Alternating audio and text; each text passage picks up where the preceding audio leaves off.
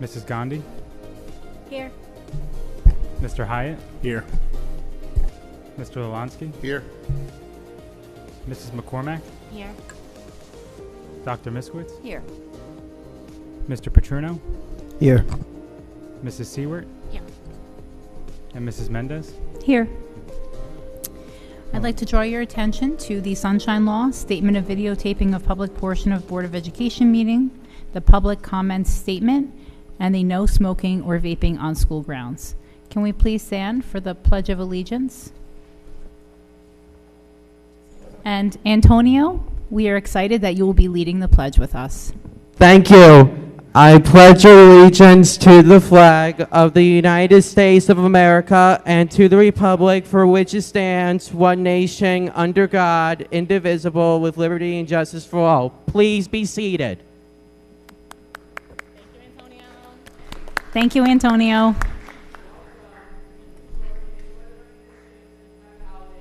Happy holidays to you too. Thank you so much. Okay, we're going to move on to the staff respect certificates. Good evening. As you may know, each month we recognize notable staff members for our staff respect certificates. I'd like to read an email that came in from Marlboro Middle School regarding 3 of our teachers. My daughter is a new student this year in 6th grade. She transferred from St. Thomas in Old Bridge. I just wanted to thank MMS for my daughter's positive experience during her first marking period. All of her teachers and the students have been very welcoming. She absolutely loves MMS. I want to give special recognition to Miss Scalisi, my daughter's homeroom teacher, Miss Curry, her math teacher, who I've been in touch with once or twice about my daughter's prior school experience and struggles, and they have been very responsive and helpful. I would also like to thank Miss Conco as well. She was her soccer coach this year and was delightful. Her confidence has risen so much since she started, and we are so grateful for this. Thanks for making MMS such a wonderful place for her to be. So if those 3 teachers, Miss Curry, Miss Conco, and Miss Scalisi, if we can give them a big hand and come up and get your respect certificate.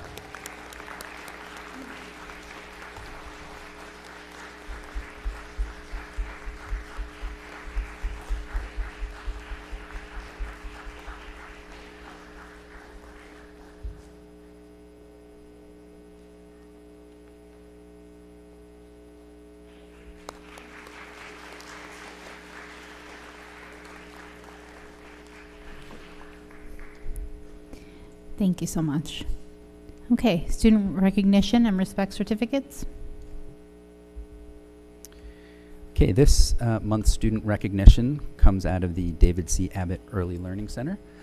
And Mr. Perno, I see you back there. Do you want to come up and discuss your school's?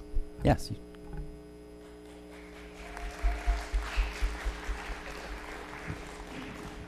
Thank you, everybody. Yes, got it? Okay, thank you, everybody. So do you want me to talk about the presentation? Sure. Okay, so last year we rolled out a program called the Nurtured Heart Approach, NHA. And we had staff training. We started to kind of dip our toe in the water. And this year, Dr. Beery has really done a great job of leading the way. And tonight we're going to show you some of the sort of like where the rubber meets the road, some of the activities we do on a daily basis that support that initiative.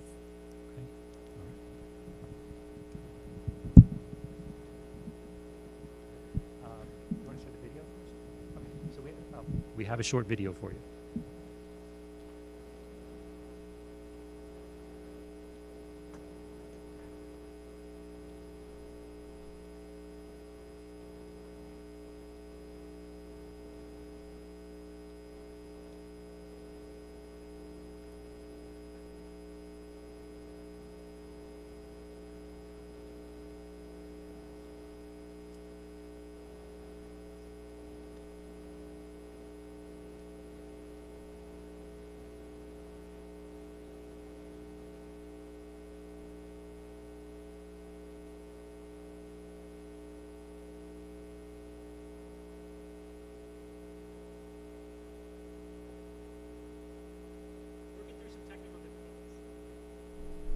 Okay.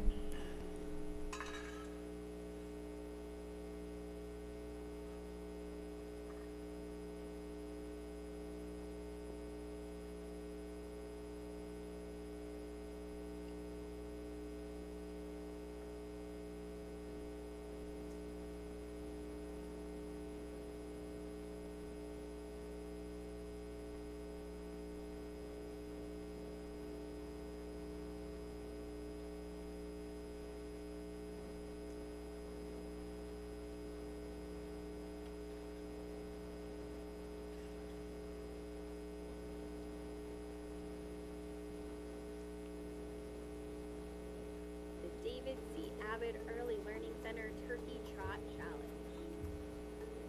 For the character pillar in November, our students learned all about citizenship. Google Slides were shared out where they learned how to follow rules, make good choices, share and take turns, try their best, cooperate, and they read read-alouds that helped them learn how to become great school and community citizens. Here's Mrs. Schaefer's class doing their daily review with their anchor chart, learning all about citizenship. And we had a challenge for students to participate in as classroom citizens, where they walked around with their Turkey Trot Challenge game boards throughout the month of November, collecting 14 signatures where they showed that they were great school citizens. Students were able to positively build a sense of self by contributing to their classroom's outcome. They learned how to work together as members of their school and classroom community to make a positive difference. Congratulations to the first classroom to complete the challenge, Mrs. Udelson's classroom. How did they do it? At the Veterans Hour, we're responsible citizens. Throwing zips, he had to meet him. Amazing. Classroom. We keep a clean and organized classroom. Throwing zips, we make great choices. Forming a motivated communication classroom citizens. And those classrooms that completed the Turkey Trot Challenge earned a special Turkey Trot recess period the week before Thanksgiving. Here are our classes enjoying their turkey games and fun. We are so thankful for our kind, respectful Delk citizens.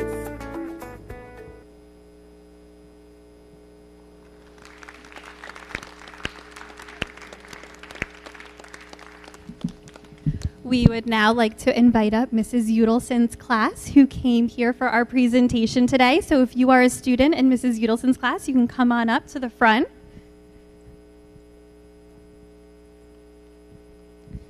We'll have all the students introduce themselves first, and then we have 4 kindergartners who are going to share a little bit about the special work they do in their classroom. Gian, Suhas, Sudanva, Jordan, Shoria, Elena, Valentina, Olivia, Kylie. All right, Valentina, you ready? Okay, can you tell us about last month? Last month, we learned about how to be like a good citizen and how to be members of our school community. Amazing. Kylie, can you tell us about this month? Mrs. Udelson always helps us, and she's the best teacher ever. I love it. Can you tell us what our character pillar is for this month? Positivity. And we work to make the world A happier for all. very good. And who's up first? Shari.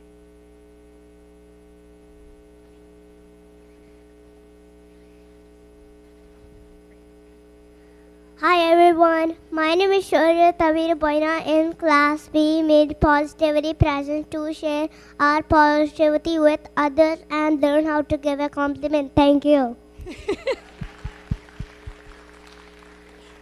And now his twin brother. What did we do this month for Mrs. Udelson? Hi everyone, my name is Suhas Tavita Boina.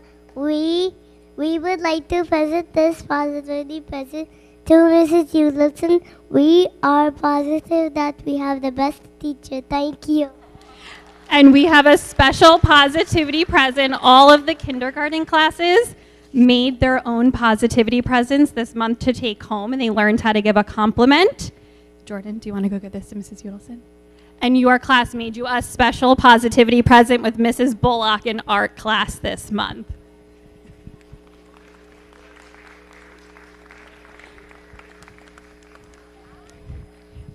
Great job, everyone. Thank you so much for coming. All right, and we're really excited on the New Jersey Dreams website as part of the Nurtured Heart approach. The David C. Abbott Early Learning Center is actually featured this month for the work that Mr. Perno has done at his faculty meetings to lead the way. So we're very excited to see that too. Thank you for having us.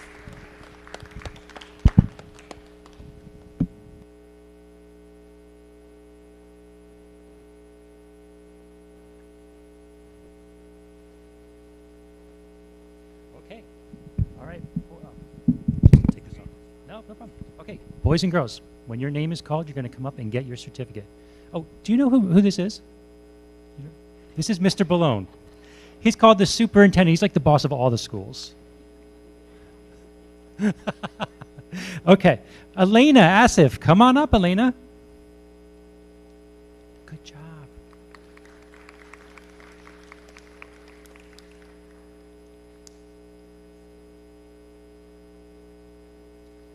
And David Belayev, come on up.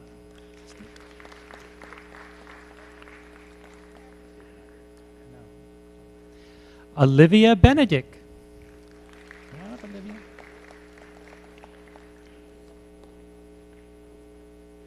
Sudhanva Bhatt.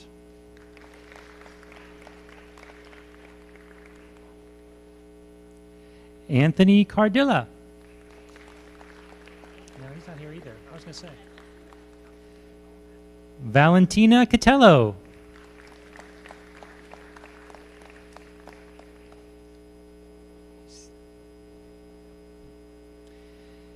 Ileana Figliola.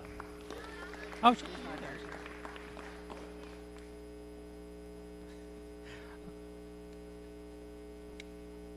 Amelia Jiang.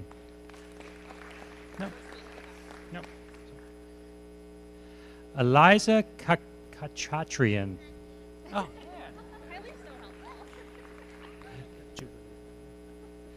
Kylie Mulligan. There she goes. Gian Patel.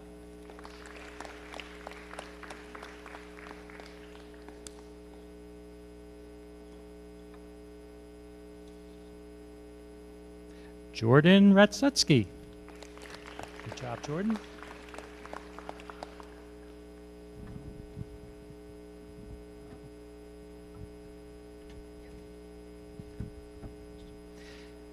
Sharia Thavida. Here you go. Oh.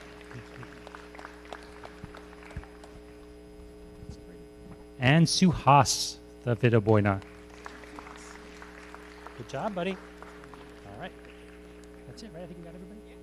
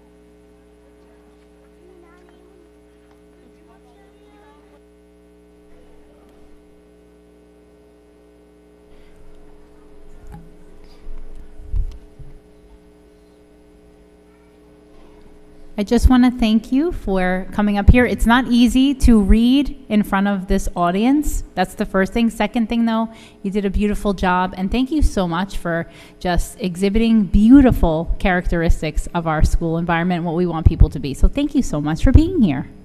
Okay, thank you. And Mrs. Udelson, thank you so much. They love you, and it's wonderful, the beautiful things they said about you. Thank you for being here. Happy holidays. Yep. Okay, student impact.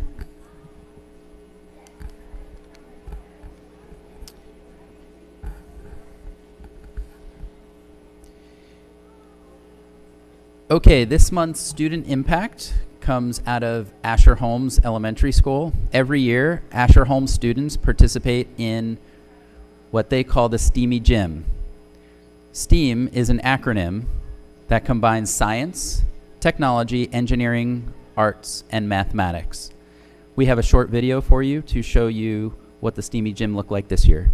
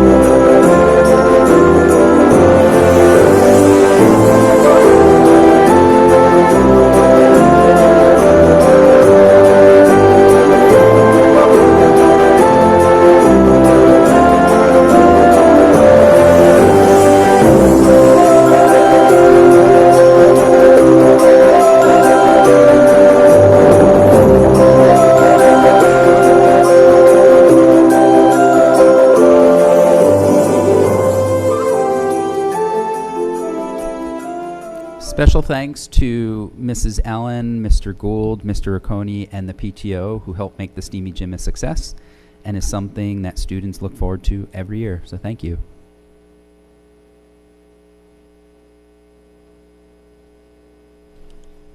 Artwork on display.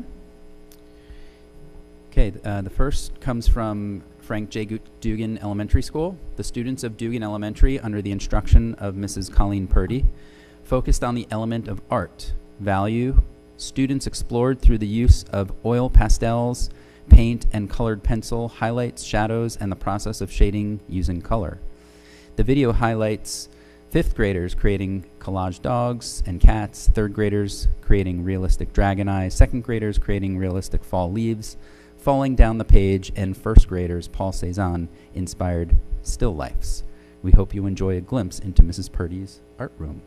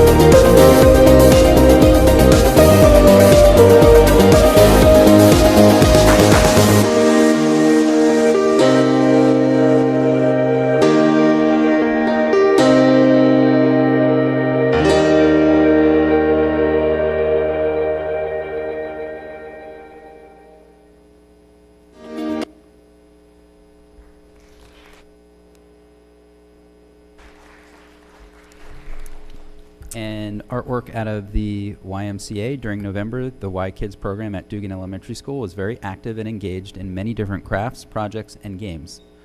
The students put their art skills to the test as they participated in a team tablecraft challenge, which required them to work together to create a team portrait. The students explained to everyone the concepts that they came up with and how they designed them. The staff then acted as the judges and deliberated on all aspects of the artwork. Next, the staff had students reflecting on their lives to find something to be thankful for. Students engaged in a conversation with the staff to help them realize the things in life that they may not realize they have to be thankful for. Students then took to a craft to express what they are thankful for. Finally, the group did a gingerbread character craft to design their own gingerbread. Students were able to freely design with no limits or guidelines in place to create their version of the ultimate gingerbread. Students and staff can see their designs on display in the cafeteria at Dugan Elementary School. Thank you.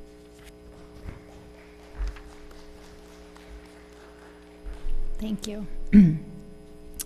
Okay, we're now going to move on to public comments. I just wanted to tell anybody if people are watching and on their way here, or however it's going to move. So we have public comments first, then we're going to go to executive, which I'll talk about that when we move into that. But we will have another round of public comments later. So if anybody's traveling here or coming later, I just want you to know you will have another opportunity to speak. Just want to make sure everybody understood how it will flow. So moving to public comments, is anybody on the list? I have no list. Would anybody like to speak? If so, please come up, just state your name, your address. Okay. Seeing none. All right, motion to close public comments. A second. Ashley, any discussion? Okay. All in favor? Any opposed? Okay. All right, we are now moving to the executive session. So be it resolved that in accordance with the provisions of the Open Public Meetings Act, the Marlboro Township Board of Education shall conduct a closed executive session pursuant to the exceptions prescribed by NJSA 10-4-12 for the purpose of discussing matters of attorney-client privilege and an HIB hearing. It is anticipated the length of this time of this executive session will be 45 minutes and that action will not be taken in public after the executive session. Be it further resolved that the minutes of the executive session will be released when the need for confidentiality in accordance with NJSA 10-4-12 no longer applies. Sorry, I lost my train of thought for a second. Could I have a second? Motion to move to executive session. Thank you. Second? Aditi? Any discussion? Okay. All in favor? Any opposed? Sorry, I'm like not thinking today. Moving to executive session.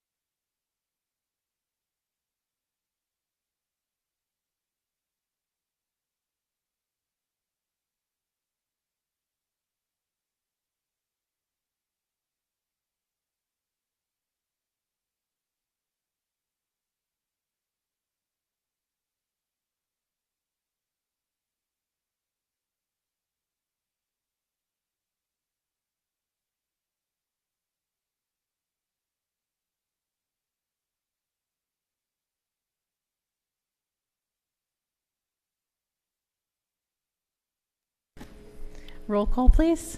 Sure. Do I? Mrs. Belomo? Here.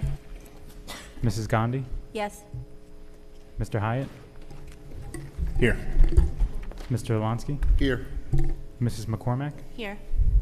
Dr. Miskowitz? Here. Mr. Petruno? Here. Mrs. Seward? Here. And Mrs. Mendez? Here. Okay, moving on to announcements. Yep, so this is the bus driver abstracts. All abstracts were run and all have privileges in good standing. Thank you.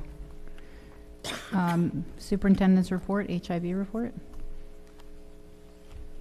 It's okay.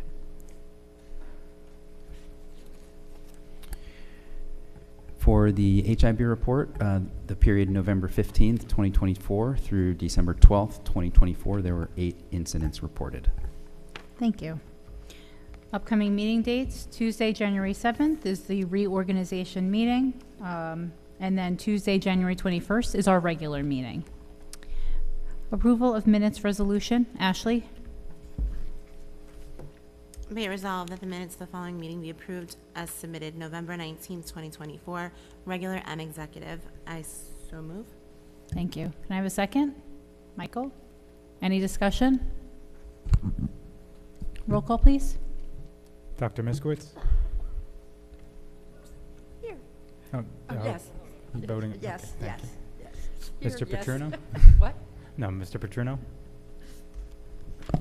Yes. Thank you. Mrs. Seward? Yes. Mrs. Belomo? Yes. Mrs. Gandhi? Yes. Mr. Hyatt? Yes. Mr. Olansky? Yes. Mrs. McCormack? Yes. And Mrs. Mendez? Yes. Moving on to the Secretary of Business Administrators report. Yep, so this is the Secretary's report for the month ending in November 2024 and also the payroll certification for the month ending in November 2024. Thank you.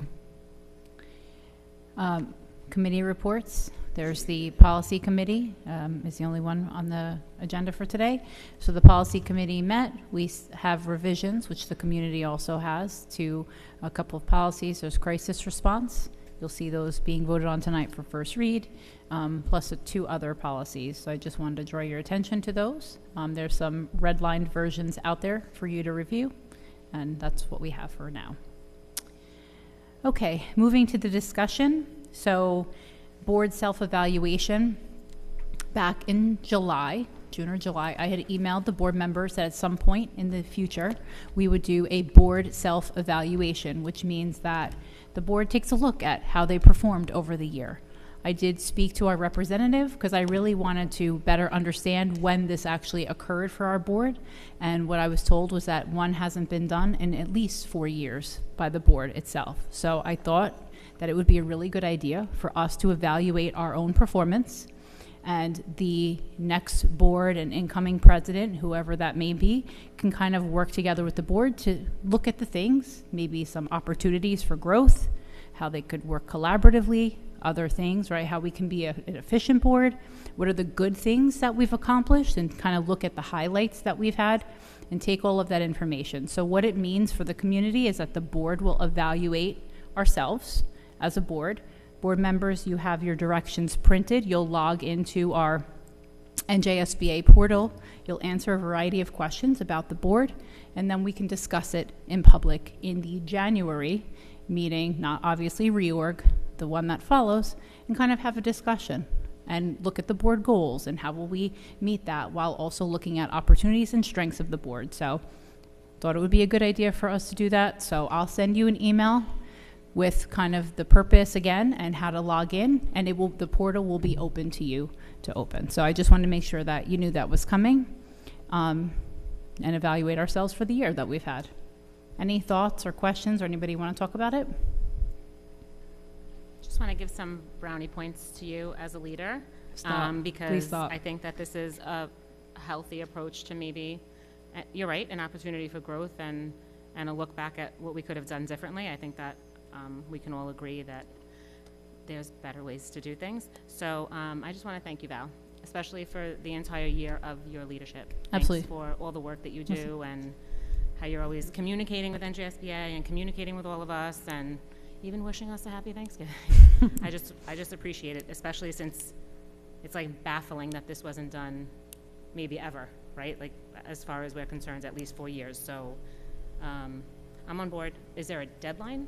Yeah, there'll be a deadline, which I'll map out for all of you. You'll see it. I'll send you all detailed email of how to get in, what's the timeline, what will it look like. You don't have to do it, but I think it would be healthy for all of us to look at our strengths and some opportunities we have as we grow.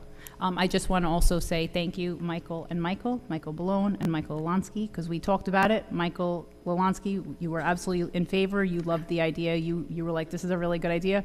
Michael did it in the past. Oh, he did his already. He's an overachiever. But I know we were on the same page with it, so thank you. And Mr. Ballone, thank you. I know you were with us too. So we're going to use it, hopefully everybody does it, to collectively grow. So anyway, thank you all. Okay, and then the next piece is, Mr. Ballone, the school year calendar for 25-26. Yes, so all board members have received the proposed, it's a draft in its current form, the 25-26 school year district calendar. We typically present that in December, and then we finalize it when the new board is seated in January. This calendar reflects consultation with the administrative team here at MTPS, as well as the Freehold Regional High School District draft calendar, which I understand they presented to their board, I believe it was last week. Generally speaking, this calendar is aligned with Freehold Regional. I will just note some exceptions just that are MTPS specific. Few things. One, MTPS is closed for students only on October 20th for Diwali. Freehold Regional is in session. On November 4th, MTPS is closed for Election Day, as we normally are. Freehold Regional is in session. On November 11th, which is Veterans Day, Freehold Regional is closed, and we are open. On February 17th, MTPS is closed for Lunar New Year. Freehold Regional is in session. And on March 20th, that's Eid, MTPS is closed for students only. Freehold Regional is in session. Freehold Regional spring recess is March 30 through April 6, with schools reopening on April 7. MTPS is almost aligned. We are off from March 30 through April 3, and we reopen on April 6th. On June 2nd, that's the primary election day. As you know, we've had a lot of discussions about that. MTPS will be closed for students only, and Freehold Regional is in session. June 19th, Freehold Regional is closed. MTPS will be in session. And Freehold Regional's last day for students is June 24, and our last day for students is June 23rd. Finally, similar to this academic year and the year prior, there's been in years past, there has been discussion regarding emergency closure days, which the general public call snow days, because that's generally what we use to close school. However, technically they're deemed emergency closure days. You can look at this issue in many different ways. I'm going to try to simplify it for you. Some school districts, quote unquote, build emergency closure days into their calendar. Effectively, what they're doing is the New Jersey Department of Education requires 180 student days in school. So if you quote unquote build days in, which we don't do, you're effectively adding to that 180. So I'll just use 3 days as an example. So what a school district would do was they would present their calendar with 183 student days, knowing full well that they can use those 3 days that they built in, and if they only use 3 snow days, then those days oftentimes get shade, or those days, you work out to 180 days and there's nothing the school district needs to do. If they don't use all of those snow days, then they, quote unquote, give back days. It's not really giving back days because they added days up front. So it's this perception of we're giving back days, but you're really not giving back days. You have 180 student days, period. So what we've done here is, similarly, we have contingency days is what I call them. So I don't build in extra days. I don't build in extra days for students. What I do is have a contingency plan for in the event that we have inclement weather or emergency closures. And at the bottom, or kind of it's on the flip side of the page, but when it's online, I think you just scroll down a little bit. There is our contingency plan there for you under that that bold line. So essentially, this is the order in which we would take days should we need them. Schools will be open on February 17th, 2026, would be our first day. Then Monday, February 16th would be the next day that we would take, should we need 2 days. Should we need 3 days, it would be March 20th of 26. And then if needed beyond those 3 days, we have 3 additional days that we could take in June. June 24, June 25, and June 26. So effectively, it gives us 6 contingency emergency closure days without having to, again, I use quotes, give back days, because they're really not give back days. And what I have found, we've done it both ways here at MTPS. In the last 2 years, we've done it this way. And just from an operational standpoint, from an HR perspective, being that I lead HR as well, it's much easier for our staff to understand up front what those contingency days look like, rather than build more student days in and then potentially give them back, and then it turns into, am I allowed to take a personal day around that day? Well, what if you give a day back and I had flights? It becomes an HR issue that we've always worked through with the MTEA. They're sitting in the back there, so thank you for always working through those issues. But it's still some gymnastics that we have to go through. This format, everyone knows what the days are. You know what they look like. If we don't use them, the calendar stays. If we use them, then the calendar gets modified, as I just explained. It's a much easier process. Staff know up front, parents know up front, everybody is in the know, starting the day the calendar gets approved. Mr. Malone, can I ask a question? Yes. Let's say we do use all 6 days and we go to the 26th of June. When does ESY start? Do we have that date? Where's Mary? I remember it in special ed committee, but I can't remember. So Mary Elizabeth before stepped the away. I 4th, will get right? you. I will get you the days of ESY. Okay, because I know that staff and students enjoy that week break. They do. Yes. So worst case, we would only be possibly giving them 2 days opposed to a week, but that's again if we go to 6 days. So can we just, I don't remember what ESY I'll touch base with her. starts. She's Okay. she's here. She's just not here at the moment. It's in what? Yeah. Yeah. Thank you. Page 15. Are there other questions? Go ahead. Can you turn your mic on? You have 3 one-session days. Is there any way to combine it so it's like not 3 one-session days, but maybe I don't know. Yeah, actually, can I In build June? on that? I have a question about one session days. So just before we find that solution, can I ask if we align with Freehold Regional with April 6th being off until the 7th, since it's Passover and Easter Monday, and maybe eliminate the half day for election week and parent-teacher on a can we find another 2 half days to get a day off anywhere for that Easter Monday? I know we rotate. I'm not saying anything about fairness. That's not what this is. It's Anything's just, possible, yeah, right? regional is off that Monday anyway. They are. So Yeah, so we generally don't have Easter Monday off. I think they do.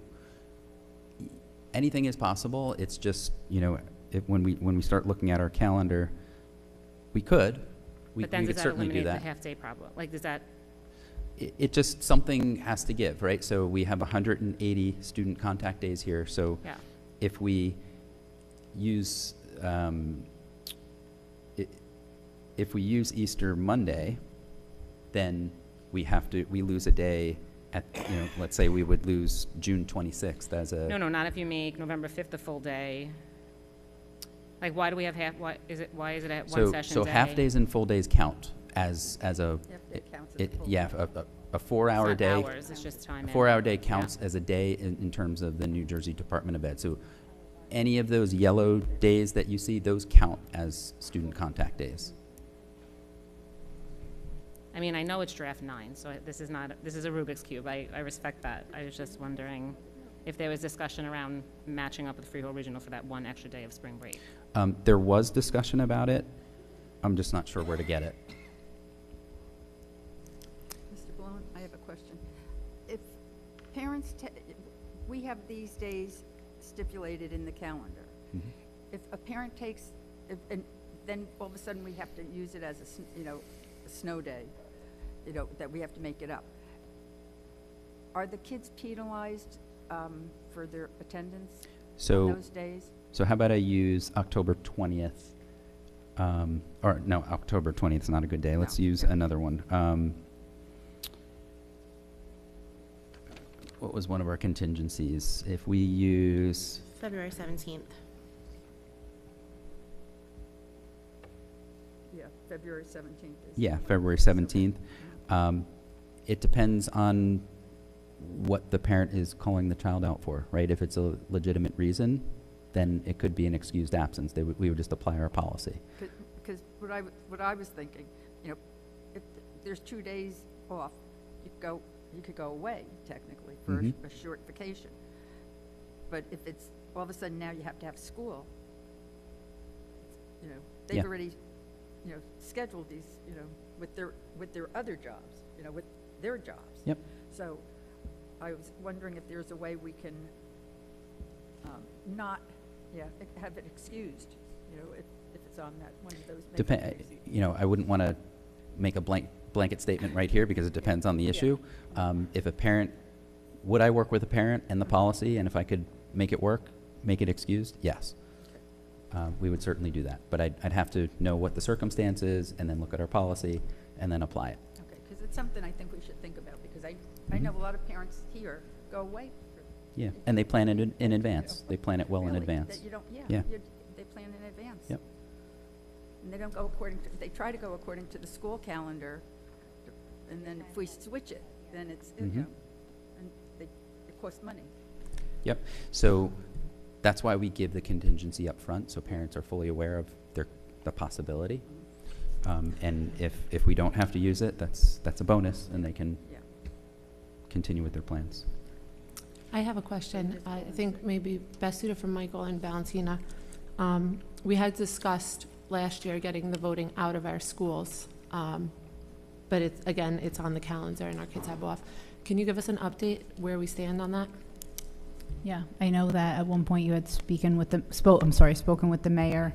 We were going to lobby to different local representatives and so forth, I think in September or October. And I think that's where we are right now, is to kind of move forward with, I guess, the brigade of sending a variety of emails and so forth to do that, if that's, I think that's where we all stood. Right, so we had started that process. Yeah, that's where we are right now. Quite a bit of time. Have the emails been sent? No, not to the local Congress yet. So that's the next step. Michael, can you say about the locations when you spoke to the mayor? No, I spoke at the meeting. Yes, the yes. mayor had asked if we could find any locations. He'd be happy that they would take the voting. They'd be happy to look at it, but he does not know of any other locations other than what they use now. They've looked, and the township does not see being any other place but the schools. So we had that meeting, and then we said that we would send on behalf of the board a letter to, I guess, the election. Yes. County Board of County Board of Elections. So is that something that we can get the ball rolling on so we don't run out of time like we did? Yeah, this I know I previous sent year? a draft to the board, and nobody really, I think, had any feedback on it, so I could send that email tomorrow. Yeah, I was in agreement with it. Yeah.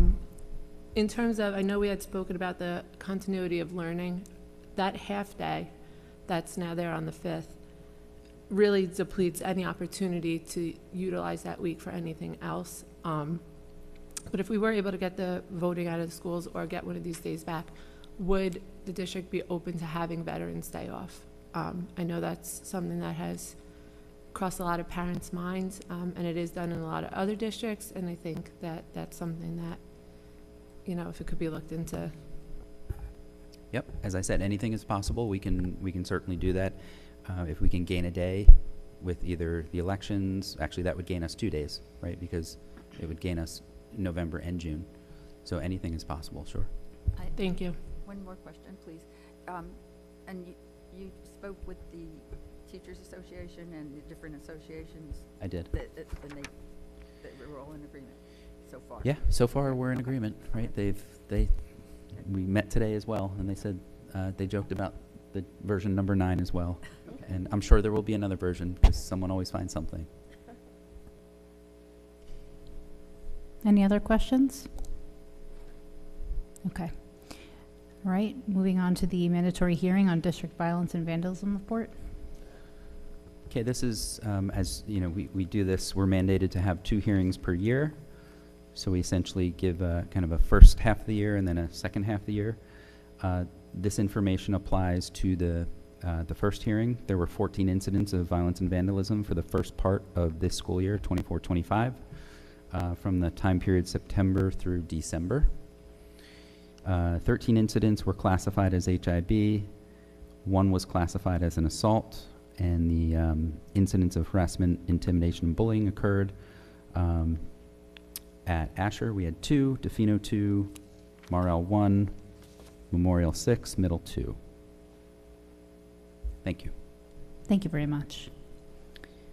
Okay, moving on to the 2025-26 school year budget. Discussion number 1. Just putting that out there.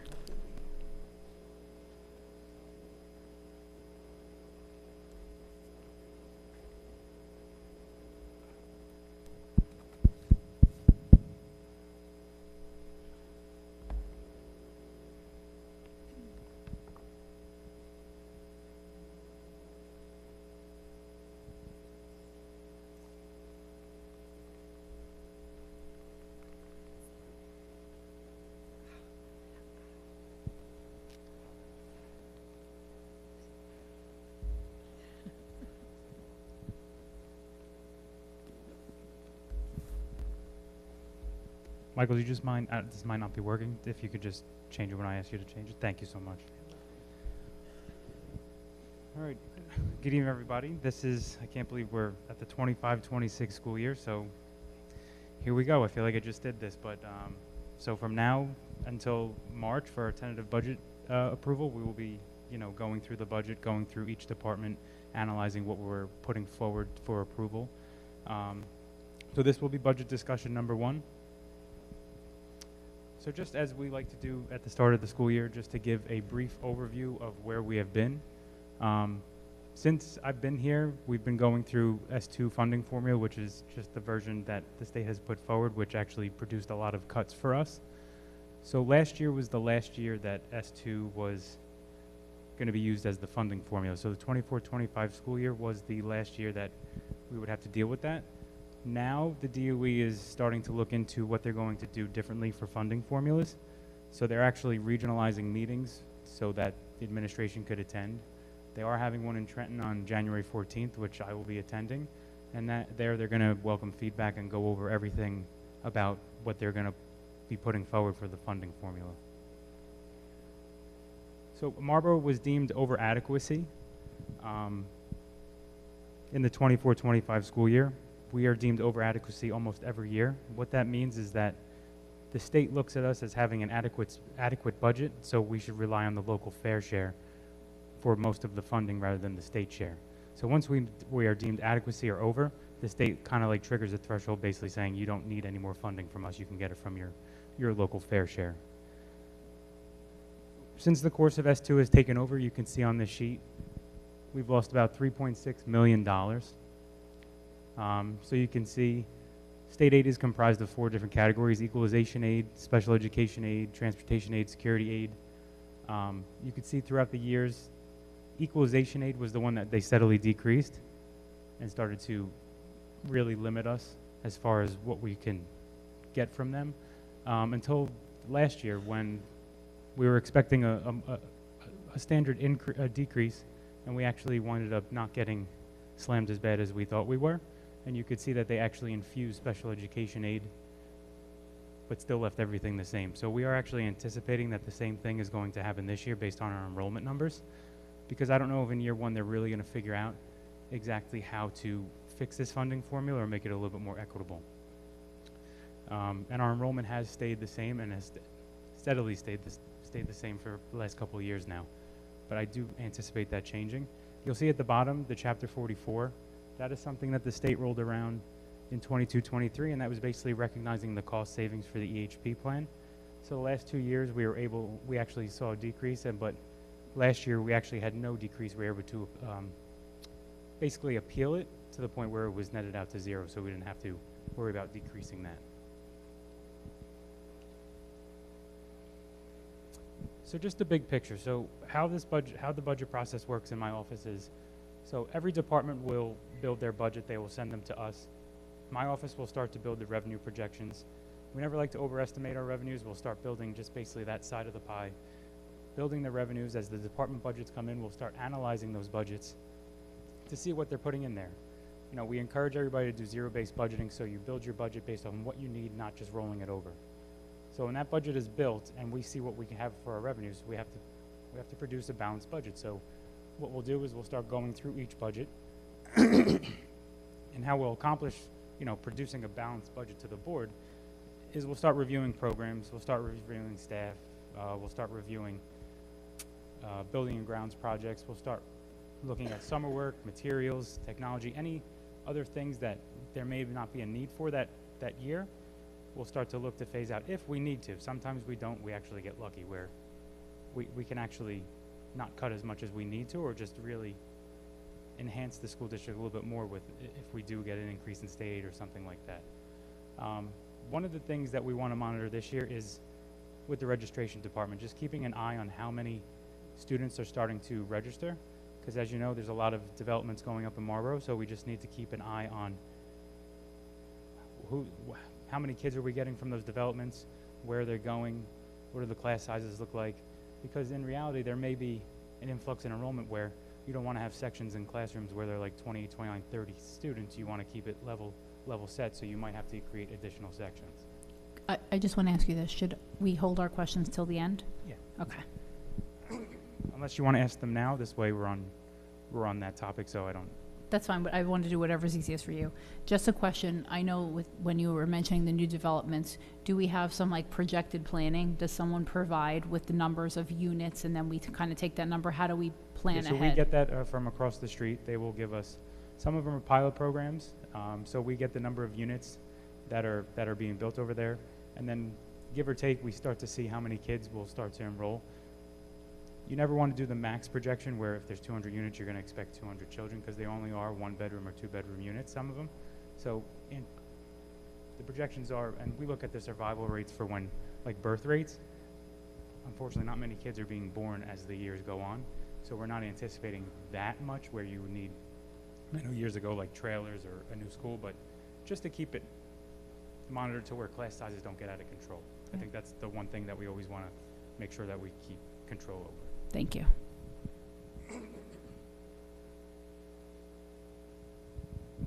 So again, we're going to go by department the months going ahead, so I'll break that down. It's actually on your budget calendar that was produced to you, just going by what departments we're going to be going over at what certain meetings or certain months. So just give you a level overview of highlights. So as you know, one of the big projects in building and grounds is the HVAC.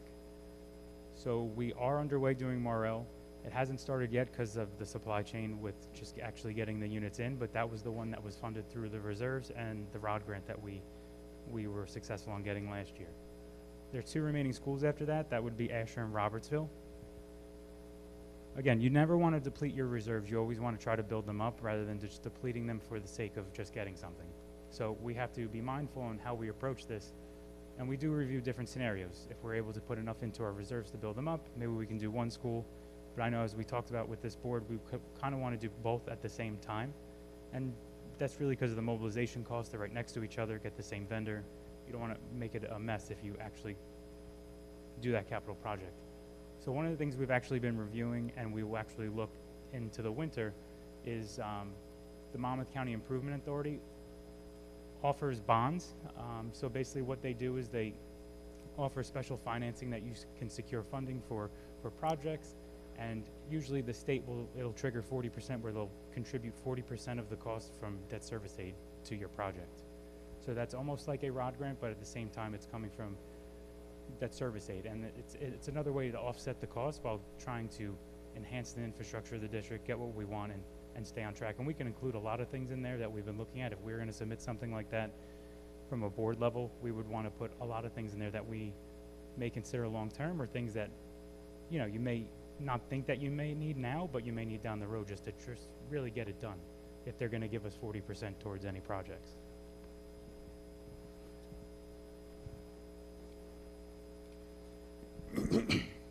Curriculum and technology highlights. Some of these you'll see more in depth when we start presenting them and when you get your binders. So curriculum, we're proposing new math textbooks for grades 2 and 5. Again, same thing as we did last year. Instead of budgeting them fully, we'll split them over the cost of, you know, anywhere from 3 to 6 years. This way it kind of alleviates some of the budget constraints we may have, and you can budget appropriately elsewhere. The resources to support the G&T program, we want to make it more consistent with grades 2 to 5, so we're going to try to include more support services for grades K through 1 in the budget. One program that's being replaced with another, Reading Eggs program, is to replace the Smarty Ants, and that's just because it no longer exists. We need to find a new program for that. From your technology perspective, we go through E-rate for some of this stuff. The first one, replacing of the elementary Aruba switches. $25,000 would be the district share that we would be looking to budget. The rest would be coming from E-rate, which is your federal funding for technology use. Since I've been here, we've been doing wiring projects. The technology department will do in-house, and they'll replace the Cat 6E wiring around the building. Still on the agenda is memorial, transportation, and the admin building. And then after that, we would all be updated with brand new wiring in the district. The renewal for the additional firewall, again, that's the big purchase that we're looking to have. This is basically just the support service renewal for the firewall that we have, I believe, at Memorial here. Every year we do the Chromebooks, so we do the refresh for the 6th grade Chromebooks. We're looking to budget about 600, which we try to stay consistent with. That is usually secured with a bid, and we've been pretty favorable with the pricing over the years doing that, where it actually comes under what we budget, but we would be doing that again. And then the last one is the possible replacement of teacher devices. So last year we budgeted for teacher devices, but that was in the form of Chromebooks. I know when we went out to the teachers to try to get basically a feel for what they thought and how the Chromebook was responding for like classroom level instruction, and it really wasn't a great fit. So we kind of have to pivot. Of course, we see unexpected increases, whether it be out of district tuition or health benefits, so we had to utilize some of those funds. But we're looking to just stay on track and actually do that next year in the form of a different device. Maybe it would be back to what they had originally, which is a laptop. Just a question for the technology piece. I know in a couple of meetings we've had, we talked about AI tools, and not saying that we're there yet. There's a lot of work that has to be done, but somewhere in the budget, at some point, we should talk about licenses. I know we met about it as well as a policy committee, so I'm just putting that out there. I know we're not there, I'm just asking. Licenses for what? For the different AI tools, right? If the school is determined after obviously much consultation, but there's a whole AI plan that could be put in place, and if the school if the district, the board, and the community, right, if we decide to go with Gemini, or if we do it by certain grade levels, just there was a cost implication to that. That's all I'm putting out there. Yeah, and that's something when we you know, meet with the instructional technology department and the actual technology department, we start to see what will benefit the whole district as a whole, what for each classroom or by grade level. But that's something we always look into, and then whatever is recommended is something that we would explore further or get a demo or get pricing. Okay, thank you. So that's always down the horizon or on the pipeline, but I don't know if it is right now. So that's something we can definitely explore. Thank you. Okay, some of the other departments, so special education, one of the big proponents for next year's budget is going to be implementing a emotional regulation impairment program for the middle school level for grades 6 through 8. So this past year we implemented the program for the first time here at the elementary levels. It has been very successful because I believe it has limited us from having to send students out, and we actually can keep them and provide them services that they need here in district rather than sending out to an out-of-district placement. Transportation, another big purchase lease we do is we constantly are on a cycle of replacing 5 buses and 2 vans or caravans. Again, we do that through a purchase lease where we can stretch the money out over time rather than buying them up front. So a year or 2 ago, we took off from getting the stabilization aid of having to budget for buses, but we have to start doing that again. Your security piece, upgrade of the existing lobby guard system. We found out that lobby guard is no longer going to be supported because they were bought by a different provider. That's Raptor Technologies. So we have to actually look into upgrading the service platform. Maybe not so much the machines because they still will be supported, but it's really the service itself, which actually would have a little bit more features than what we have now. This one, we definitely want to look to budget, maybe in the form of offsetting it with a grant.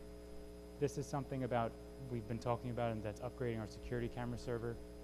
And we always continue to do camera replacements, but for our security camera server, we just are looking to upgrade it, and I don't want to get into specifics, but just a more enhanced version of what we have, that I think it'll be better suited long-term for the district when it comes to, you know, the cameras and how they function.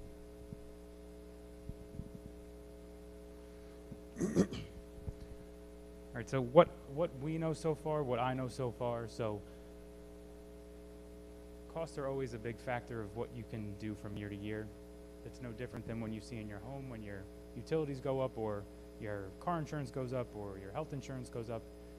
We see the same challenges just on a larger scale sometimes. So costs continue to be a big factor. We do have in the form of bank capped available to use in 25-26 in the amount of $205,256, which we left over. Another thing that's down the pipeline now, it's only been a discussion at the Senate level, but there is a bill that they're considering state aid funding reform, and that's Bill S3917, which would actually amend the 2% tax levy and allow districts to go up to 7%. And that's due to the driving costs, and some districts may need it, some districts may not, but it all depends on what the state's going to do with the state aid and what districts are going to get. Because the last 2 years, there's been some districts that get slammed when they don't even realize it, and they have to make millions of dollars of cuts, and then they have to scurry or go back to the state for, you know, additional help. Some of the other parts of this bill is they're looking to fully fund the extraordinary aid piece.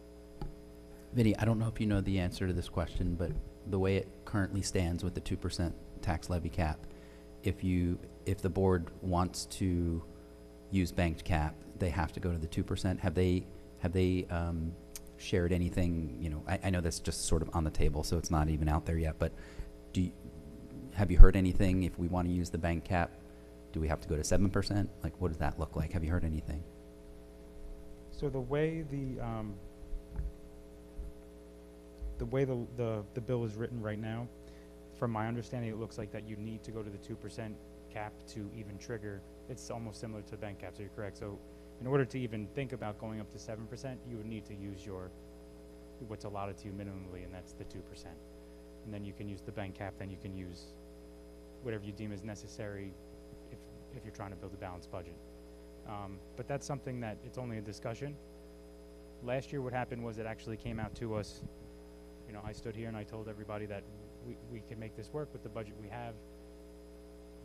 We used the bank cap, we went over the 2%, and then the state rolled out something in June and basically said we can go up to 9.9%, and we elected not to do that because you know, they needed it by, I think, the 11th hour was by like the 4th of July weekend. They needed a decision.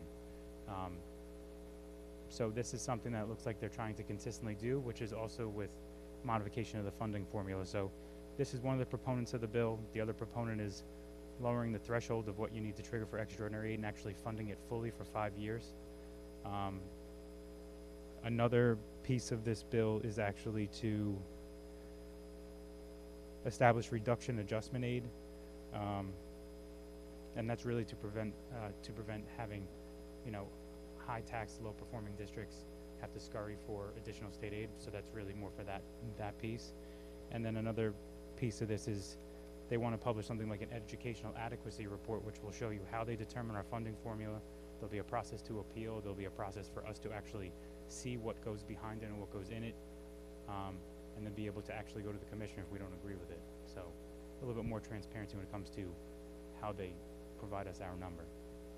But again, it's just a discussion. So figured bringing that to light because don't want to surprise anybody if we do start putting this budget together and we do start seeing some of our estimates or increases rise. If that does become a thing, that will be a discussion point. Hey, Ben, just want to remind again everybody that the bank cap is not physical money that we have sitting in any bank. It comes out of the pockets of the taxpayers by raising the percent. Right. Up to that 205,000. Right. So the bank cap is anything that you do not take from year to year. So basically, usually right now you get tax levy adjustments in the form of pension adjustments, healthcare adjustments, tuition enrollment adjustments. So if you do not utilize those adjustments that are brought to you by the state, or if you do not go to your full 2%, that leftover money gets into the form of bank capped, which then you have 3 budget years or 3 school years to utilize. If you do not, then it goes away and you can never utilize it. So bank capped is just another word of just leftover tax levy money.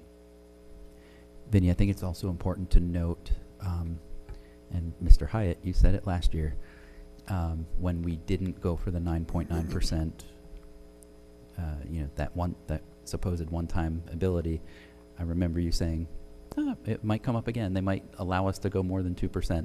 And here we are having discussions that we may be able to go more than 2%. And I think it's important for the board knows this, but more so the public. Last year, when Vinny and I presented a budget to you, prior to the state saying we could go to the 9.9, we presented a budget to you that we believed could work. And in my opinion, if we had done, and then it was a week later when the state said, oh, you know, we're kidding, you can go more than 2% now, you can use 9.9.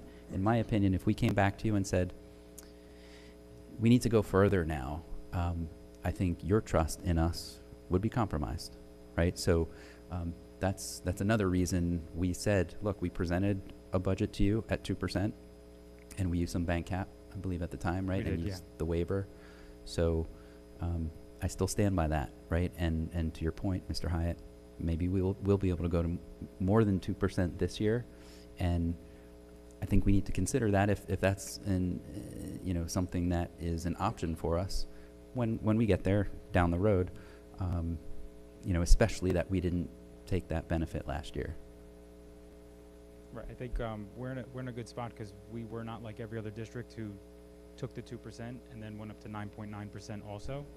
And you'll see from some of the increases, like sometimes the 2% you have to be very creative with making sure that you can build a balanced budget without really touching. Let's be real. Like our budget is made 80% of staff and health benefits. So if you want to make a real dent in cuts, it is staff and health benefits. If you really want to make a dent and go below the 2% or be just right at the 2%, because with all the other increases, you have salaries that are anywhere between 3% and 3.5%. You have, you know, the BPU sets rates that I know they've been going up with utilities. They're asking for approval to go up anywhere from like 2 to 5%. All these things you see, tuition for out of district, the tuition for out of district placements, we get those. That goes up anywhere from 4 to 5%, and then you have transportation contracts. The renewal last year was CPI was 5.8%, and we're only able to go up 2. So you have to keep that in mind that although it may be a small percentage of the budget, it does compound, and then eventually your expenses are rising past the 2% you can take. Vinny, I have a question. 2 questions actually. One's more of a statement. I also think it's important that we remind the community too that Freehold Regional was in much worse condition than us, and they went to, what, 8.9%? So luckily, you guys didn't ask us to approve 9.9 No, but I know while the- they went to 8.9, because that would have been I know, but the a hard surrounding hit. K through 8s did Right. go to 9.9. And then the actual question I have is, with 3917, with the proposed bill, what do they mean by this bill would also gradually increase the funding for special ed? Is that like contingent on going So that's to the, cap? That's the extraordinary aid. So what they're proposing is, right now our extraordinary aid, like last year, I think we put in about $2 million worth of costs to get back from the state, and because they have a certain formula where they prorate that amount which we submit, we only got like 400,000 back. So what they're proposing is to actually fully fund what we submit. So if I submit $2 million in costs, I expect to get $2 million in returns, not something to prorate and then I don't know where the rest of that funding goes. So they're going to be more transparent. Perfect. Okay, thank Yeah. you. But yeah, it's just to bring to the forefront, because I think the last thing we ever want to do is basically have to sacrifice certain programs or change different departments or different schools in the way they look and the models that work for us, just to save some money, because I think that's what makes our district what it is, and that's the level of, you know, the level of experience and the quality of like service and teachers and administrators and everything that we can offer here. Again, what I wanted to also pinpoint is we're still in the school employee health benefit program. We get our claims experience runs every year. We cannot get out because of the prescription piece. No other company will bid on us. So that's something we also have to take into account, where we're budgeting anywhere from 12 to 15% on the medical side and 15 to 18% on the prescription. And those are actual renewals that we actually get from our broker, what to anticipate. So right there alone, it's just astronomical. And we try to get out every single year, or at least explore it. I don't want to get my head chopped off. We're not getting out of it right now. Okay. So the budget timeline. So as you know, like December, we do our budget projections. I give you the first rundown of the highlights of what we're expecting. And then you'll see January, February, March, we continue our budget discussions with the departments. Hopefully state aid numbers are released by Valentine's Day in February, where we'll actually start to put together the binders for the board. Again, I encourage you to schedule a meeting with me once you get those binders, so we can go over anything individually, whether it's in groups of 4, groups of 3, by yourself, it's fine. But it is a good opportunity to just learn what's in the budget and actually what makes up this whole thing. And then we will give you updated forms when the numbers change, the state aid numbers change, revenues change, anything like that would change, and I'll also send out memos to you. March is the adoption of the tentative budget. That's also when the Chapter 44 rebuttals due, if we have anything that we need to appeal. And then April and May is when we do our public hearing for the final adoption of the budget, and if there's any changes, we just have to have a formal hearing of what changed from March. Does anybody have any questions? I have a question. It might be Mary Elizabeth question. Ms. Tyrone, sorry, I didn't mean to call you by your first name. Are we seeing any supplemental increase of our budget allowance with ERI? Are you like happy with the progress thus far? Do you think it's yeah, the program is excellent.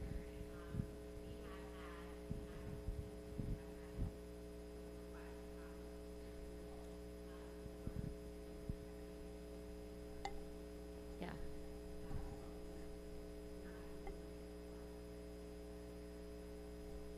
Okay, thanks. Any other questions? Thank you so much. I always appreciate the very detailed information that you share with us. Okay. Moving on, financial and business operations matters. Michael? Financial, business, and operations matters. The superintendent of schools submits the following resolutions for approval. 1, transfers. 2, list of bills. 3, secretary monthly reconciliation reports. 4, travel. 5, harassment, intimidation, bullying, HIB report. 6, home instruction. 7, approval of addendum B between the MTBOE and ESS Northeast LLC. 8, approval agreement with Transportation Consulting Services LLC. 9, award a bid. Exterior door replacement at the Frank J. Dugan Elementary School. 10, award of competitive contract agreement between Marlboro Township Board of Education, ACB Services, Inc. for the district's custodial services. 11, state contract purchases. I so move. Thank you. Can I have a second? Ashley? Just wanted to draw your attention to number 5. So board members, we had a hearing. So when you look at number 5, which is the HIB report, then you'll see under that it says NJ Smart Numbers, and then there's a number 4 and a case study. Okay, I'm sorry, it cites a case number. That number is the result of the hearing we just had. So when you vote, and you vote yes or no to this whole section, you can call out number 4 however you see fit. So if you don't agree with it, you can say no to number 4, yes to the others, or you could say yes to number 4, however you want. But if you say yes to all of this, I just want you to know that includes that number 4, which is the result of the hearing we had in executive. I just want to make sure we all understood that. Okay? All right. All right, any discussion? Go ahead. I just realized, and I'm discovering the door replacement. There was only one bid. So typically we have one bid. Do we not go out again to try to get at least 2 bids, or is there a reason we just had one bid? So 7 people picked up the plans. Only 1 submitted a bid. The bid was actually very favorable to what we budgeted. It was actually under budget. Okay, thank you. Any other discussion? Okay, roll call. Dr. Miskowitz? Yes. Mr. Petruno? Yes to everything, no to HIB. Just to be clear, HIB number 4, Aldo? Or all of it? If I could break it down, yeah, then number 4. If not, then the whole Okay. thing. So, No yeah, to number no, 4. no. Okay. Mrs. Seward? Yes. Mrs. Belomo? Yes to all, abstain from 4 on the HIB.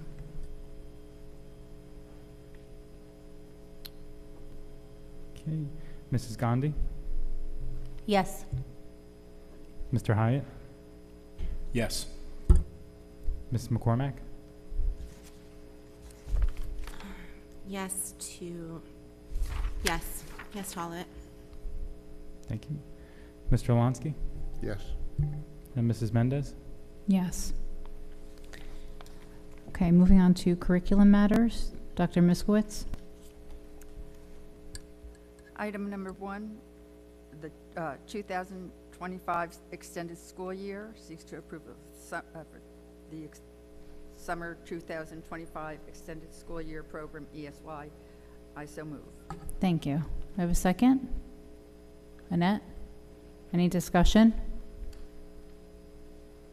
Okay, roll call. Mrs. Belomo? Yes. Mrs. Gandhi? Yes. Mr. Hyatt? Yes. Mr. Alonsky? Yes. Mrs. McCormack? Yes. Dr. Miskowitz? Yes. Mr. Petruno?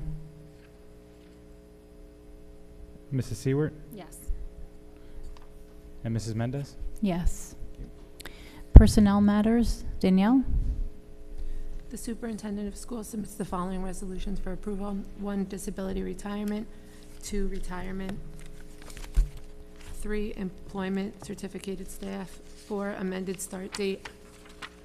5, amended salaries, non-certificated staff. 6, amended hours and salaries, non-certificated staff. 7, amended extracurricular activity advisor.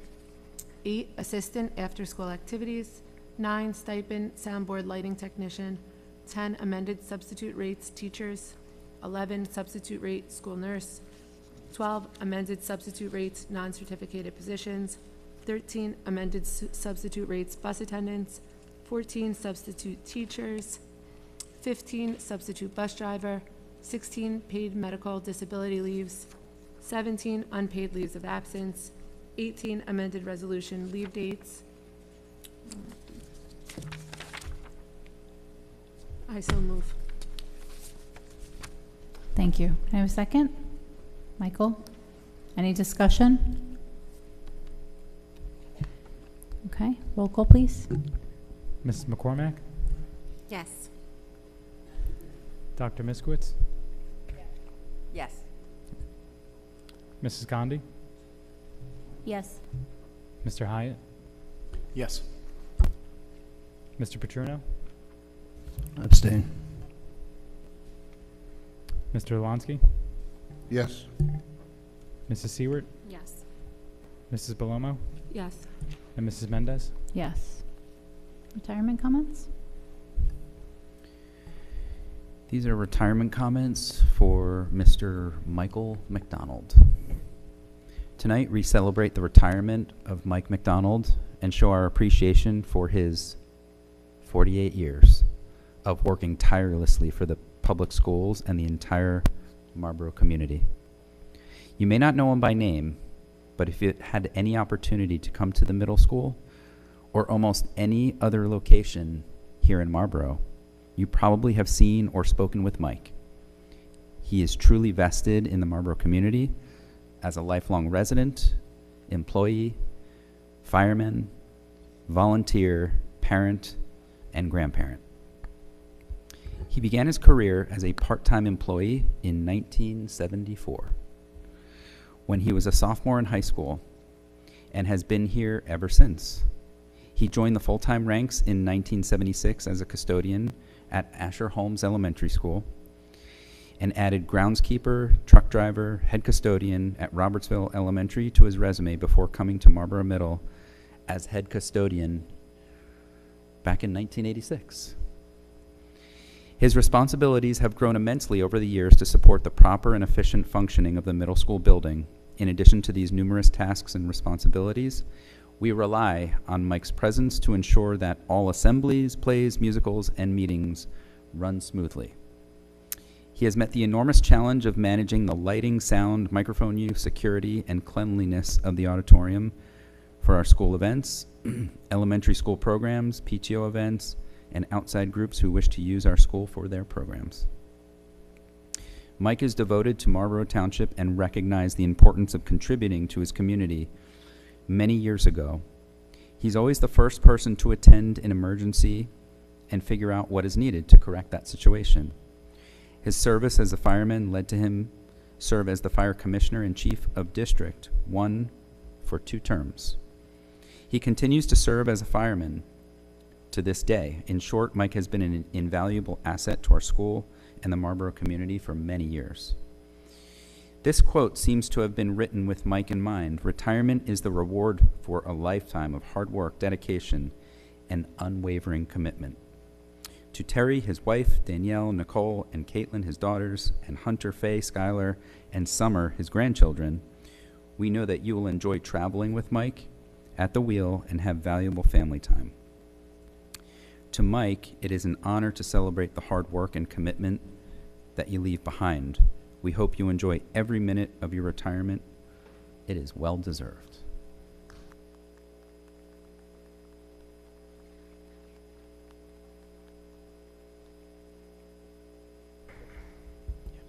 Just want to add that I had the pleasure of seeing Mike in action for many, many years.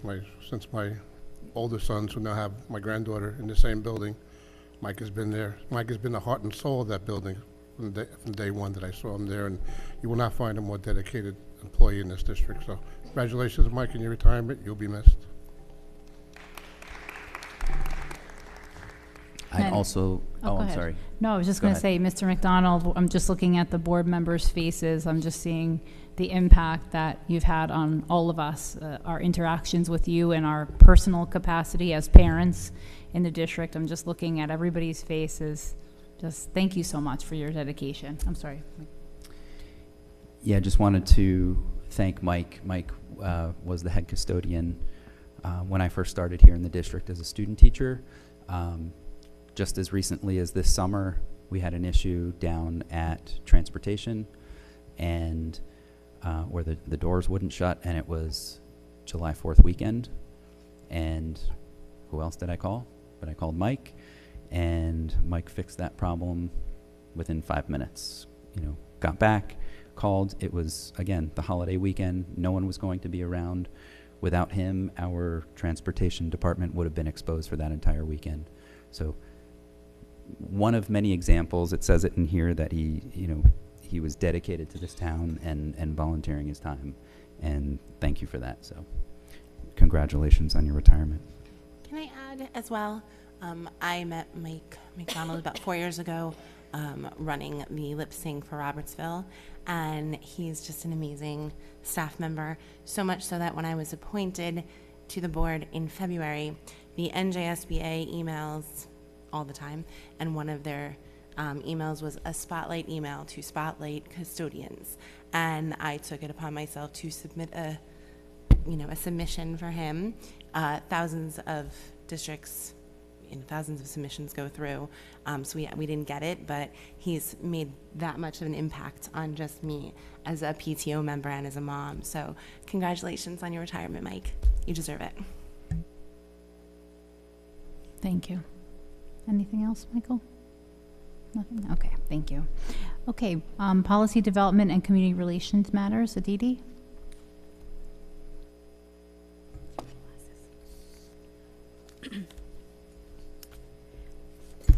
Policy development and community relation matters. 1, first readings. I so move. Do I have a second? Anyone? Michael? Okay. Any discussion? Okay. Roll call. Mrs. McCormack? Yes. Dr. Miskowitz? Yes. Mr. Petruno? Yes. Mrs. Seward? Yes. Mrs. Balomo? Yes. Mr. Hyatt? Yes. Mr. Alonsky? Yes.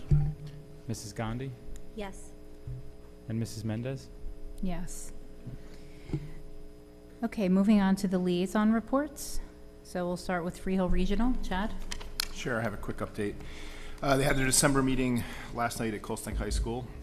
Middle States, I apologize, accreditation is done. Visit included on Thursday, so they met all the standards for accreditation, which is great. They reached their 2-year labor agreement with their bus drivers, approved an architect for our capital referendum work, and after 17 years, their BA is retiring, business administrator is retiring, and that was his last meeting last night, so congratulations to him. One more thing. They gave out their academic and athletic awards for the fall season last night as well. That's it. Thank you, Chad. MEF, Annette? Thank you. Marlboro Township, Michael? Sure. The annual holiday lighting is tomorrow, Wednesday, December 18th at 6 p.m. Visits from Santa, Mrs. Claus, Winter Wonderland with photo ops, the MH and Marlboro High School Band and chorus, and they also have a dessert buffet afterwards. The program is outside in front of Town Hall, and we will then move inside for desserts, music, and photo ops. There is a rain or shine event, so dress for the weather. If the weather is too inclement, they will move it all inside. I have a flyer here as well, so anybody would like to see it after the meeting, I'll leave it on the desk here. Registration for programs for ages 60 plus begins on December 19th at 9 a.m. Information was sent via email, can be found on the town website. And the pet licensing portal is now closed until January 3rd. All dogs and cats must be registered every calendar year. Look for more in January. And that's it. Thank you very much. Sorry, Val, excuse me. I had an update from the MEF in November, but I had missed the meeting, so I'll read what Ms. Salachi had wrote me from November. Yeah, My please. apologies, it slipped my mind. They have their Wizards event. They'd like you to save the date, April 2nd, 2025. Again, this is a message from the MEF. And they want to remind everyone that the grant process for K through 8 will start in January, and they can't wait to see all the wonderful grant ideas. Thank you. Great, thank you. Monmouth County School Board, Aldo? Nothing to report. Thank you. NJSBA, Danielle? Nothing to report. Thank you. Scope, Aditi? Nothing to update. Thank you. CPAG, Dr. Miskowitz? CPAG co-hosted a virtual webinar with the other New Jersey CPAGs on December 10th related to progress reports. This webinar was very well attended and provided very useful information to parents and caregivers. The CPAG co-leaders wish the Marlboro community a happy holiday, and we're looking forward to a wonderful new year. Thank you. Moving on to the school updates. Abbott, Chad? Sure, this comes from Mr. Perno, who was here with some students earlier, which was awesome. I'll just read exactly what he sent me. Conferences were well attended and parents were very complimentary of the work teachers are doing. December is Positivity Month, and they recognize this through students creating positivity presents that say something positive about someone, giving the gift of positivity. Staff continue to be on the lookout for students exhibiting positivity. When caught, and that's in quotation marks, students can earn a ticket for a special prize. Finally, when recognized, they recognized Inclusive School Week by participating in the district's daily themes. Everyone enjoyed and gained an appreciation for the uniqueness of each of us bring to our community. And then myself, so that's Mr. Perno, and along with several staff and students will be at the meeting to discuss, oh, you all saw that, the Turkey Trot Challenge, which was excellent. So that's it. Thank you. Asher, Aldo?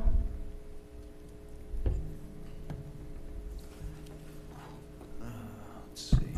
All right, so from Ms. Silmy at Asher. It's been a busy and fun month since our last update. The PTA celebrated Thanksgiving with a pie party for the staff and then jumped right into the prep for the holiday boutique, which started today. We had a successful round of parent-teacher conferences before the grade 5 chorus concert took place. It was a wonderful display of our kids' talents in both vocal and band music, with some very touching tributes to our music teacher, Mrs. Blake, as she prepares for retirement in just a few days. We had 3 very successful community fundraisers in the last month: the conclusion of the Thanksgiving food drive, our annual Small Miracles collection, and our pajama party, which benefited CHOP, the Children's Hospital of Philadelphia. We are ending this week with lots of winter holiday parties, as well as a fun, cheesy charcuterie bash for the teachers, thanks to our generous PTA. Coming up in January, look forward to a fun magic assembly on January 2nd, a 5th grade talent show, and a 4th and 5th grade spelling bee as we head towards the end of the second marking period.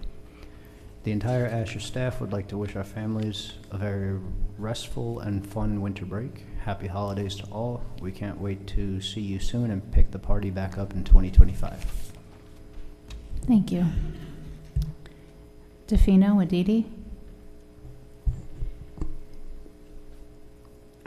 Defino just completed their Defino Gives Back. They were collecting gift cards for, I'm just looking really quickly, sorry. Season.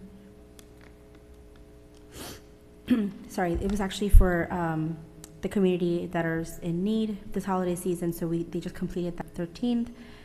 They have a Defino holiday toy drive that's supporting the Robert Wood Johnson Bristol Myers Squibb Children's Hospital, and they're accepting any donations, so unwrapped toys, craft kits, and puzzles by December 18th. There is a family game show night that they're doing on Tuesday, January 28th at 6 p.m. So if you want to purchase tickets, just go on defino.ptboard.com. And there's also an event happening in January, so January 9th. Meet us at the bar or at the bar. They're doing 2 separate events, one in the morning, one at night. So it's trying a new class at Bar Method, and then the other one is meeting at Rosalita's for some drinks and apps and meeting fellow Defino parents. And then let me just, sorry, I have an update from Dr. Stradek as well.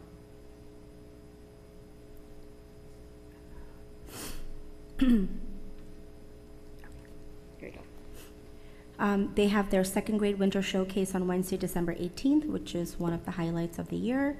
This is going to be led by Defino music teacher, Mrs. Krowicki. We saw her and the Defino class perform not too long ago here at the board meeting. This is going to be for the 2nd grade students, and they always put on an incredible show. On Friday, Defino and all of our schools, they head into winter break with one of our favorite Defino traditions. our annual whole school holiday sing-along, because there's no better way to spread holiday cheer than singing aloud for all to hear. And then when we return from winter break on January 16th, they have their 5th grade band and chorus winter concert. So can't wait to see the talented 5th graders perform. And they just wished, Dr. Straddick wished everybody a safe and fun winter break. Thank you. Dugan, Danielle? Thank you to Robin for preparing our liaison report. We finished off the month of November by delivering hundreds of letters to our veterans. Then we picked up with the turkey trot, which was on November 27th. It was a fun time by all. The students had a lot of fun participating in all different activities, including Dugan's own balloon parade. It was a great way to start off Thanksgiving break. We were also able to treat our staff to a treat table from Delicious Orchard, so thank you to everybody who donated. We were also able to collect gift cards and cash donations to be used for community members who are in need. The holiday boutique took place last week. The students enjoyed being able to shop for gifts for the special people in their lives, as well as getting some things for themselves. The Dugan Mitten Tree is currently taking donations to help keep our community warm this season. Donations of new and unused hats, gloves, scarves, socks, underwear, coats, boots, sweaters for men, women, or children are being accepted by Thursday, December 19th. Any student who brings in a donation to the Mitten Tree is invited to wear their pajamas to school on Thursday, December 19th. We had our first annual Light Up Dugan event where we were able to put a holiday display along the front of Dugan. We even were able to make it snow and give complimentary hot chocolate to all those attended. So thank you for those who braved the cold and came out to enjoy that special night with us. The winter class parties will take place this Friday, December 20th. The class parents should see the email sent on November 25th for the party times and additional party information. The Dugan Talent Show will be back on Thursday, January 30th for students to showcase their talents. Please see the e-blast sent this past Sunday with the registration link and important dates. Our yearbooks are currently for sale. Please see the e-blast sent this Sunday with information on how to order and also how to submit photos taken of your student during our Dugan events. The Dugan PTO wishes everyone a very happy holiday and a wonderful new year. We're looking forward to seeing everyone in 2025 for more exciting events in the Dugan community. Thank you, Danielle. Marlboro Elementary, Dr. Miskowitz. Marlboro Elementary School is staying warm on these chilly days. The children are excited to attend the Holiday Boutique, which will run from December 10th through the 12th. They are also busily working on the Chain Link fundraiser, which started in early fall. Each link can be purchased for $1. You are asked to write what you are thankful for on the link and then return it to the school. The end goal is to have the world know how grateful the Marlboro Morel community is for being a part of the wonderful Marlboro Township public school community. As a special winter treat, the Morel PTO hosted today a yummy hot cocoa bar for the staff. And one last note, the PTO will have their first meeting of the new year on January 14th at 7 p.m. Happy holidays to all. Thank you. Robertsville, Ashley. We are just 2 weeks away from 2025 and so much is planned already. Just to recap, it was a month of mustaches in support of Movember. The PTO provided every student and staff member with fake stashes to support the cause and promote the men in our community to grow theirs just like our very own Mr. J. Thanksgiving pie sale was a huge success, selling 80 pies provided by Mark's Bake Shop of Staten Island. November dine out with Mealy's was seamless. They were great to work with, and we look forward to more collaborations in the future. We thank everyone who donated to our Thanksgiving food drive. We created 16 generous baskets for our community members to enjoy this holiday season, and an extra thank you to Chick-fil-A for the turkey donations for each family. Our holiday boutique was a huge success last week. Students shopped for families and loved ones all week long. Winter Wonderland was canceled due to an inclement weather on Monday, but we'll be replacing it with a Valentine's Day hot chocolate social. More details to follow. What else? Lastly, our Jets fundraiser has come to an end, and the game is this Sunday, 12/22. Those who purchase tickets will enjoy a memorable on-field experience. Also, she forgot to, so I just want to add, we do have our lip sync coming up as soon as we return from winter break. So look forward to that. And we have our game show tickets on sale. Game show is on January 30th. So on behalf of the Robertsville PTO, we wish everybody a happy and healthy holiday season. Thank you. Marlboro Middle, Michael? From Principal in Milwaukee, December is a busy month. We have concerts, the book fair, luncheons, and activities planned for students and staff. December 18th is the annual senior luncheon. It's tomorrow. A special thank you to the PTO who will be supplying the table centerpieces, which are holiday poinsettias, for the luncheon. The choruses, bands, and orchestra will perform for the seniors. The PTO is providing ice cream sundae treats for everyone during student lunch periods on December 19th. We also have 2 additional concerts planned for January 8th and the 16th from Lauren and the PTO. We wrapped up our Scholastic Book Fair last week, thanks to all that shopped as well as our parent volunteers. Congratulations to all our poster and gift basket raffle winners. Thank you to all attending the 6th and 7th grade events at Dave & Buster's and Top Golf. We had an amazing turnout. The kids had a great time. Thank you to our parent chaperones for helping make this event happen. Our Krispy Kreme fundraiser just ended, and we sold 77 dozen donuts. All proceeds will go towards the 8th grade class. The class of 2025 is off to a great fundraising start. Thank you everyone who attended the first 8th grade committee meeting last week. Our next meeting will be held virtually on January 28th at 7 p.m. 8th grade dance, save the date, and other important information will be sent home in January. Stay tuned. Ongoing fundraisers include the birthday lockograms, Route 9 discount cards, PTO memberships. Log on to PTO board for more information. The PTO is also working on a sweet treat surprise for all students and staff this week. Finally, I want to wish everybody a safe, happy, and joyous holiday season. Thank you. And Marlboro Memorial, the Builders Club collected 1,148 items and $300 in gift cards to support 20 local families for Thanksgiving. The Builders Club also collected 338 toys for tots and collected $270 in gift cards that will be given to local families. The 8th grade winter concert was tonight. The PTA photo booth and holiday pop-up shop was today, and tomorrow the photo booth will also be there again. During lunch, the kids can pay $5 when they attend the photo booth in person, or they can purchase for $4 through PT board in advance. The PTA has a donut hot chocolate sale this Friday. Donuts are $3 and the hot chocolate is $2. They also have gluten-free and dairy-free options. The walkathon turned out to be a success. Due to the rain, it ended up being held indoors, so the kids were playing games during gym class. They loved it. The PTA was able to raise over $2,000. And with this event then, we will also be hosting a planetarium assembly in January at the school. A very generous family donated over 25 bike helmets during the fall clothing drive. The PTA then in turn donated them to Marlboro Police Department, who will use them for a program they're running to give children bicycles.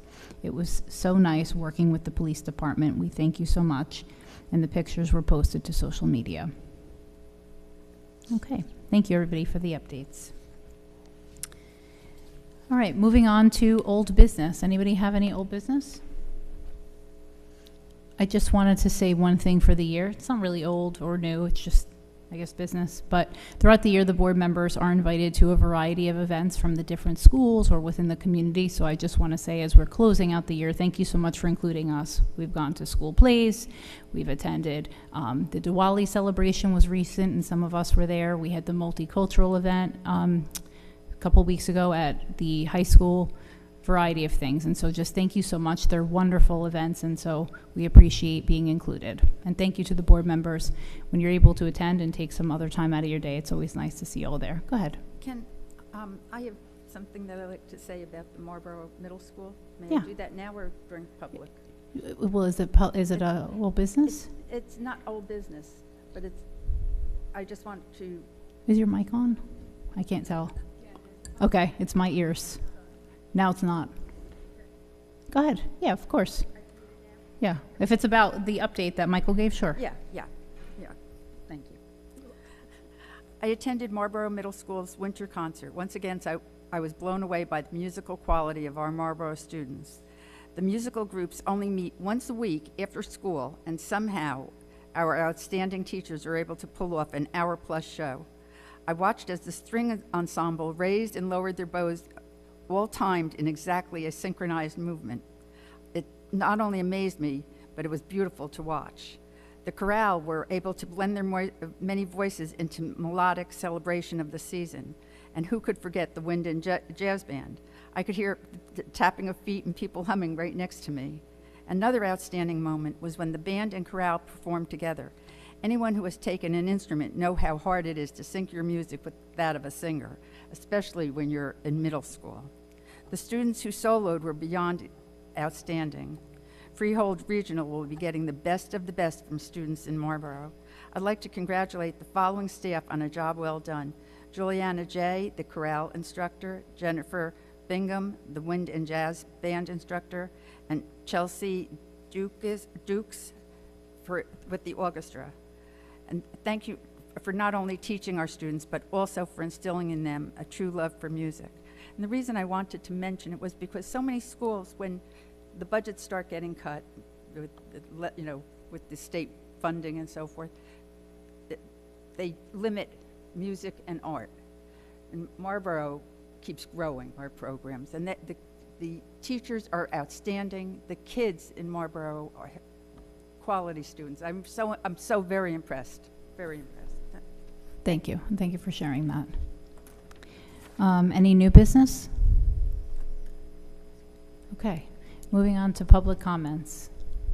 Is anybody on the list? Would anybody like to speak? Okay. A motion to close public comments. Can I have a second?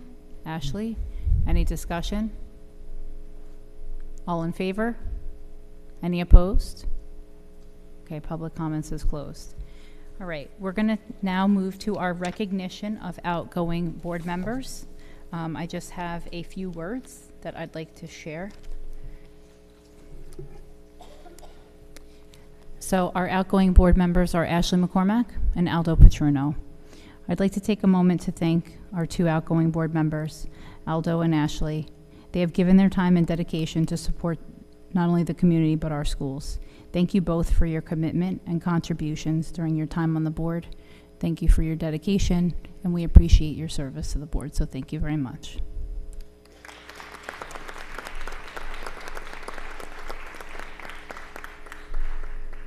So we have some plaques here that we'd like to give out.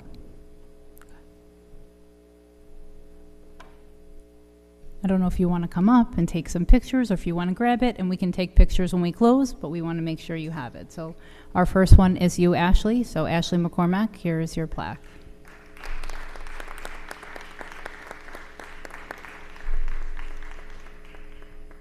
Thank you.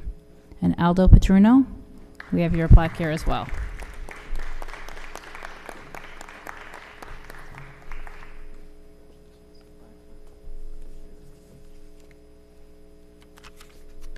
Thank you again.